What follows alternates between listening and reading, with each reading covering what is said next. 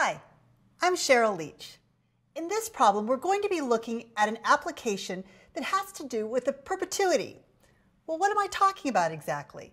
I would like to know how much money is required to set up an endowment. Well, again, what does that mean? I would like to put some money in an account, and I'm going to be earning, in this case, 6% annual interest. Every year, I would like to be able to take out $12,000. Maybe it's for a charity, maybe it's for a scholarship, but each year I want to take out $12,000 from this account. And I want to do that continuously, forevermore. So how much money should I put in to start this fund? Well, remember, this is going to be possible because I will be earning interest on top of the money that I am initially putting in. So when I want to find out how much I need to set up the account, what I'm looking for is something called the present value of perpetuity. And we have a formula for that. It's going to be equal to this amount that I want to be able to withdraw each year for my scholarship times the integral from 0 to infinity of e to the minus rt dt. Again, where r is going to be my interest rate.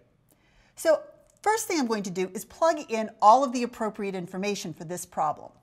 So I'm going to have 12,000, the integral from 0 to infinity of e to the minus. Now when I enter the interest rate, remember you need to enter it in decimal form.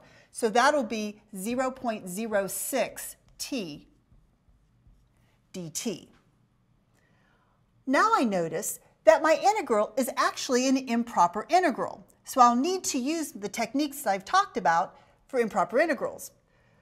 Now I know that I'll be able to do the integral of e to the minus 0.06 t, but I'm going to have a problem when I try to evaluate it at that upper limit because I can't plug infinity in. So instead, I'm going to have 12,000, and I'm going to integrate from 0 to some value that I am allowed to plug in, e to the minus 0.06 t dt. Then I'm going to take the limit as that value a approaches infinity. Okay, so now what? I need to work on this integral. Now this is a composite function, and if you still are a little shaky on integrating composite functions, I would suggest that you go to the side and do a u substitution.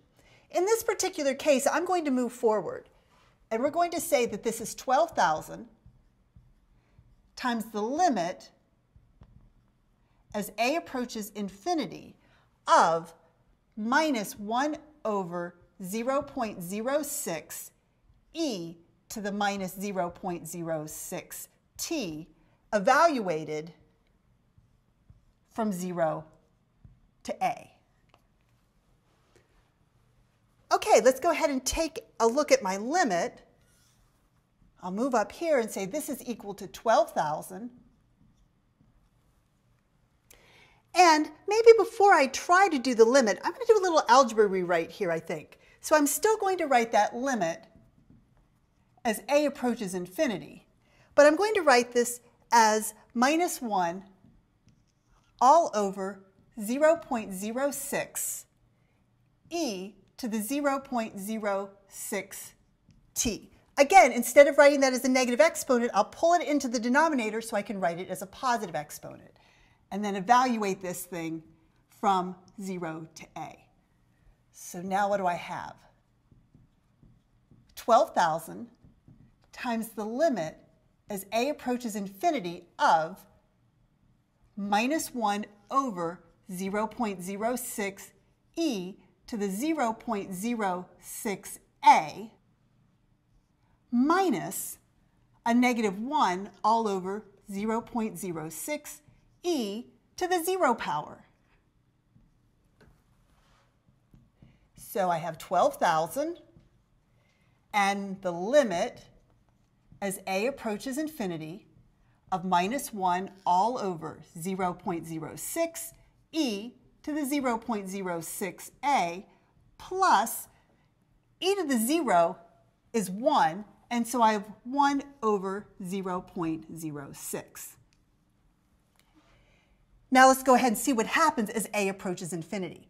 As a gets large, even though I multiply it by 0.06, it's still getting large. E raised to a large number gets large, and multiplying it by 0.06 again continues to get large. So I have 1 divided by a very large number, which goes to 0. I'm going to negate it, but it's still going to 0. So this term right here is approaching 0. On the other hand, 1 divided by 0.06 has nothing to do with a, so it is going to stay at 1 divided by 0.06. So my limit then is going to be 12,000 times 0 plus 1 over 0.06, which is going to be 200,000. And so that's $200,000 that I need to invest so that I'm guaranteed I can always pull $12,000 out each year. Now, before we finish this problem, I want to take a look at this step right here. Okay. Take a look at what it is. It's going to be 12,000, which was the amount that I'm going to be taking out each year, and 1 over my interest rate. Well, that's not a coincidence. It turns out that there's actually a simpler formula for this. The formula for the present value of perpetuity can also be written as that amount that we want to take out each year divided by the interest rate. So in this case, I'm going to have 12,000 divided by 0.06, which is $200,000 again. Now this works every time. However, this formula I think is more descriptive of why it works the way it does, because you can see that you're integrating from 0 to infinity, and you'll be taking it during for time forevermore. So this one's more descriptive, but this one is certainly easier to calculate, and both work. I hope this helps. Thanks.